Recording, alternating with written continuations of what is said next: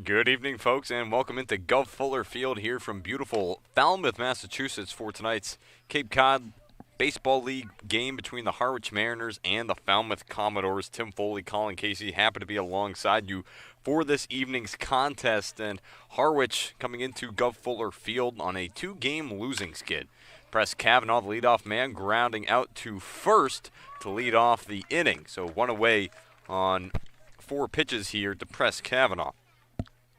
So once again, welcome in here to Gov Fuller Field. Mariners trying to snap a two-game losing skid, coming off of games where they lost against each Brewster and YD. Two teams in the East that are both teams that are in competition with Harwich for each of these two playoff spots that are going to be coveted down the stretch here. Colin, I'll bring you into the broadcast here as we continue to work through the opening inning here. Tatum Levens now steps up to bat. What did you make of that game yesterday for the Mariners, and what can they look to bounce back from in regards to how they can play today? His first pitch misses up and away. Well, really, Tim, it all came down to 2 innings. 5 spots put up in a pair of innings made the difference in that one for YD. Yeah, they really need to bounce back in the worst way possible, but this Harwich team has proven that they can beat Western teams at a high rate this year. Yeah, Harwich has been excellent against the West this season, 10-2-2 against teams that are in the West. Really a fantastic clip that's helped them to stay at the top of the East, because when you look at their East record, it's rather mediocre at best. 6-8-2, about middle of the pack, as Tatum Levens, second man up, takes ball 3 down low. Let's run down the Harwich Mariners starting lineup. Leadoff man, Press Kavanaugh, who grounded out to first, unassisted. Tatum Levens, he stands in now. Brock Wilkin, the third baseman, he'll bat third. Batting cleanup, the left fielder, Dylan Phillips. It's a called strike for strike 1 against Levens. Batting fifth, the first baseman, Carter Putz. Batting sixth, the center fielder, Jordan Beck. Batting seventh, the shortstop, Zach Preisner. Batting eighth, the second baseman, Max Cotier. And batting ninth, the designated hitter, Jake Lazaro. 3-1 pitch to Tatum Levens is in for another called strike. So now Levens, after getting ahead 3-0 in the count, finds himself facing off against a full count here. He'll have to be a bit more defensive. On the mound today for the Commodores is Alex Price, who has not pitched in the Cape Cod Baseball League since the last time the Harwich Mariners took a trip down to Gov Fuller Field here in Falmouth, Massachusetts. 3-2 pitch. Levens swings, hits it off the end of the bat. One hopper to Harford at short. Throw on to first in time. 2 away now in the top of the first inning. Let's introduce the Falmouth defense now, doing the pitching, as mentioned. Alex Price doing the catching for him. Taylor Smith over at first. Chris Armstrong. Second base is Mike Bichette. Casey Harford plays shortstop. Michael Curiali plays third. Anthony Hall's out in left. Mike Handel is in center. Jace Borfin is in right. Harwich Mariners wearing the blue jerseys with the gray bottoms, red numerals, white trim. Harwich splayed across the front. Commodores wearing white tops, white bottoms, have the maroon socks, and Falmouth splayed across the front. First pitch into Brock Wilkin is in for a called strike. Harwich looking to avoid a 1-2-3 inning here. Of course, Brock Wilkin, no stranger to facing this Falmouth team, homered the last time the Mariners came here to Gov Fuller Field. One of his first Brockets of the season, as count now moves to 1-1. But yes, so go back to Price for a moment. Last time he pitched for the Commodores was back on June 26th. Again, that was the last time Harwich came here in that 11-9 game that was, it looked like it was in hand for Harwich before Falmouth had a late game rally that pushed it to the brink. Price in that outing went 4 1/3, gave up 6 runs on 5 hits. 3 of those runs were earned. Walked 3 and struck out 2. So looking to have a bit more solid outing as he gets Brock Wilkin a fan, and it's now a 2-2 count. And the Mariners also looking to sweep the season series against Falmouth this season, 2-0. Just 3 games this year between these two teams. Yeah, you have a lot fewer games against the West than you do in a normal year. As the 2-2, Wilkin gets a piece of it, and count remains at 2-2. Of course, the Mariners took a 4-1 win in the other meeting on July 17th, game in which Saw Spencer Geesting come out of the bullpen and have an outstanding performance for the Mariners, picking up the victory. And it should be another good pitching performance for Harwich today as Brock Wilkin skies one up behind home plate. Taylor Smith makes a catch, and 1-2-3 down go the Mariners to open up the game here in Falmouth. We move now to the bottom of the first inning. It's 0-0. Commodores coming up to bat in a moment. We'll be back in just a second. You are listening to the Harwich Mariners YouTube network.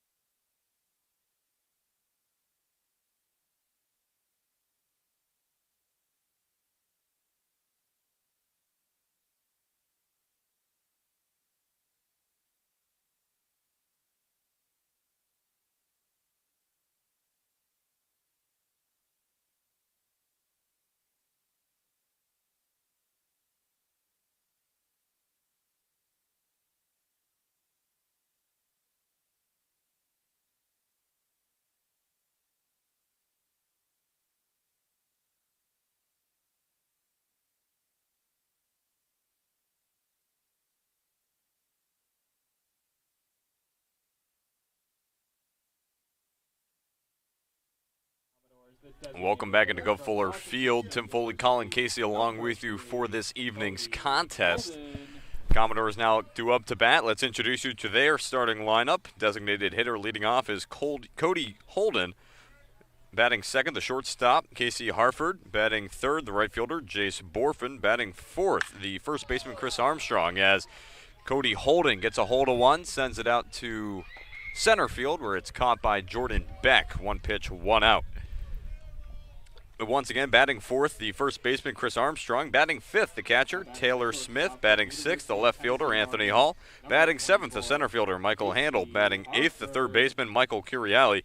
And batting ninth, the second baseman, Michael Bichetti. So a leadoff fly out to center field for Cody Holden. And that is really the story for Trey Dombrowski, at least in part, is that he is very efficient when he is on the mound. First pitch into Casey Harford misses for actually second pitch in, as it's currently a 2-0 count. Nonetheless, for Dombrowski this year, as the 2-0 pitch is flown out to right, Kavanaugh settles under it, makes the catch, and another quick out. So quick, I can't even talk about Dombrowski here. Dombrowski this season for Harwich, on the year, 38 strikeouts to 1 walk. That's the number that everyone across the Cape has really been looking at.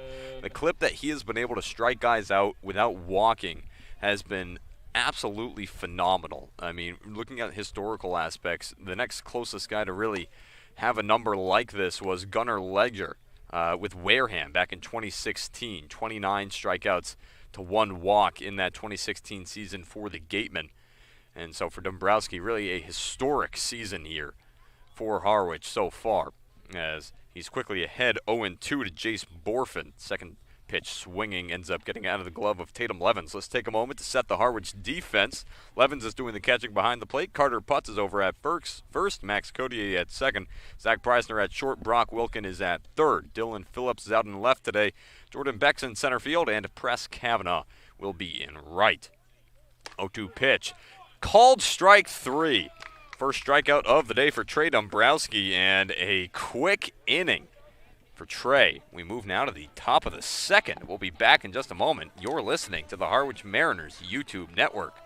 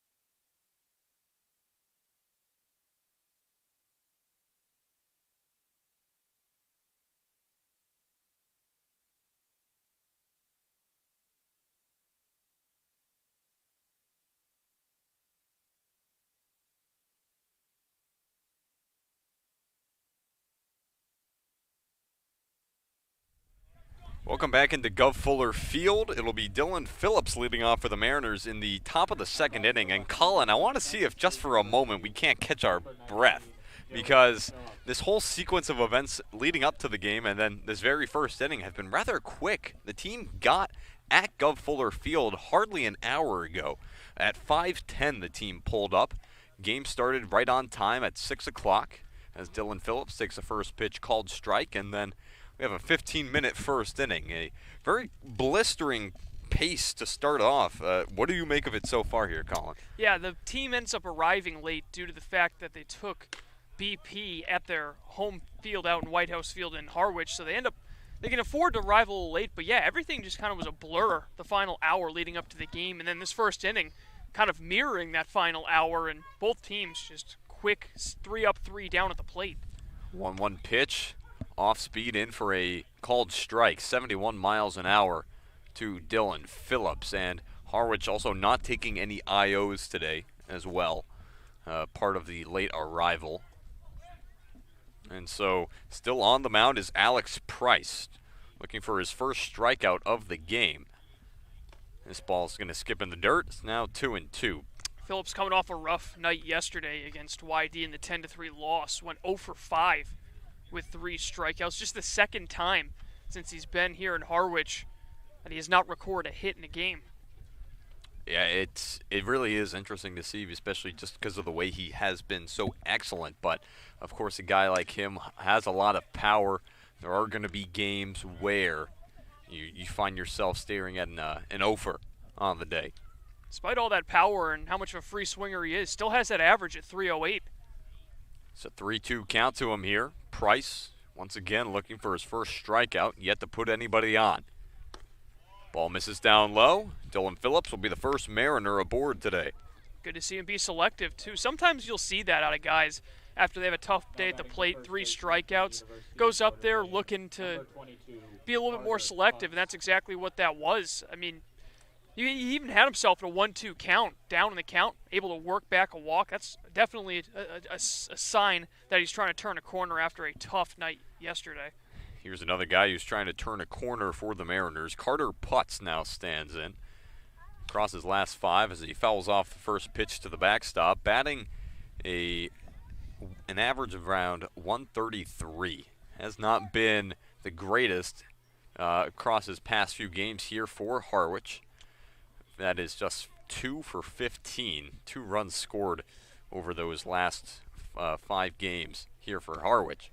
As the 0-1 misses high, it's now 1-1. Silver lining in that is he has drawn 5 walks over those last 4 games. So he has been showing some patience at the plate, but yeah, not his best stretch of the season, and that'll happen for a guy as consistent as Putz. Eventually, you'll find yourself in a bit of a rut. And you have to wonder if perhaps, as he takes a 1-1 pitch in for a called strike, perhaps with Putz being back here at Gov Fuller Field where he made his Mariners debut earlier in the season, opened things up going 3 for 3, end of the day 3 for 5. You have to wonder how he's going to be able to fare here. Perhaps going to jumpstart things for him. He is behind in the count now, 1-2. Price staring over at first and delivers. Pitch misses high. It's now 2-2. Yeah, Price got to be careful here. He doesn't want to lose another batter after being ahead in the count on Phillips 1-2 and then struggling to find the zone after that. You mentioned Price, really interesting situation where he's pitching for the first time since facing this Mariners team, and that was back in June. 2-2 pitch. That one's going to miss right about the shins. Count now goes full here to Carter Putz. Price looking to avoid his second straight walk. Looking for his first strikeout as well. Putz digs in here. Beautiful open sky here above Gov Fuller Field. 3-2 pitch. Putz is going to sky this one up towards right. Jace Borfin trails over, makes the catch, 1 away. And the thing is, with Alex Price, he was activated yesterday, so ends up returning from Millbury College. Gets another opportunity here at the Cape. When you're, one of those temporary players at the beginning of the season, you get a second opportunity. You better make the most of it, especially when your team is in the midst of a playoff push. Exactly. Falmouth certainly in the middle of a playoff push when it comes to the standings and how things have been operating recently. When you look at the West, it's really a tight race for that second playoff spot. As in steps Jordan Beck. First pitch to him's down in the dirt, held onto by Taylor Smith. It opens up at 1-0. So Bourne, they're well ahead. In fact, they've already clinched the West. That's done and done.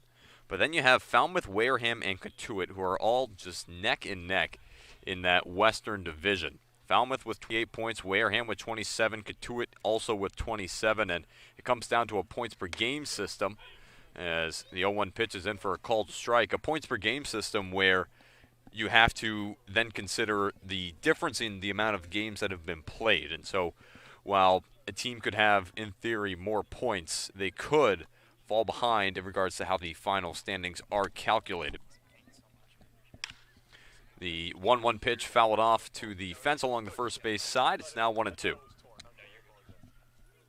Yeah, Beck, one of those guys who's actually was one of the bright spots in the lineup yesterday. Of course, launched that home run that at the time put the Mariners on top 1-0, but and YD responded with 10 unanswered.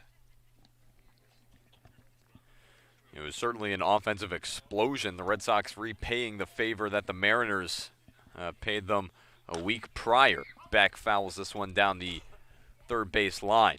It's still 1-2.